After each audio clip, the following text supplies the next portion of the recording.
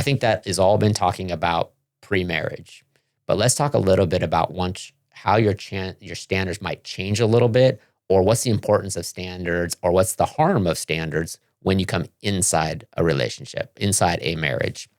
Let's do a little bit of an exercise here. What was our standard, or some of our standards, some of our list items when we were a couple years into our marriage versus what they are now? Hey, that's a good question. I think I still had that. I wanted to do a lot of things together. I wanted the weekends to be, because we worked during the week or we were going to school during the week. I wanted us to be together for like the entire weekend. Now, yes, I like to spend time with you on the weekend, but I don't have to. I still feel connected without that because we have other time together and I value that as much. And it doesn't have to be every moment that we're not at work that we need to be together. Yeah, I think we're a little more confident and independent now than we maybe were then.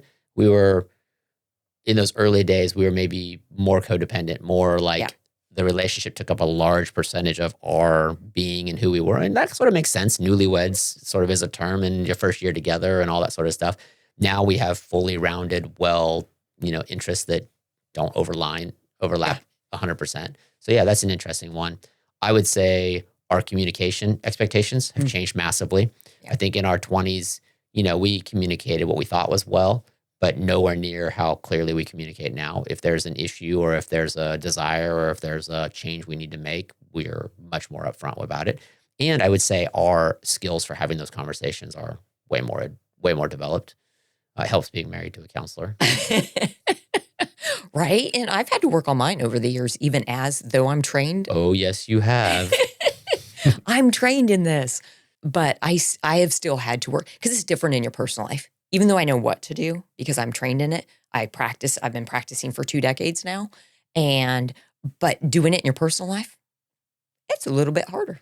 Yep, exactly. And I would say our level of shared values has gotten tremendously deeper.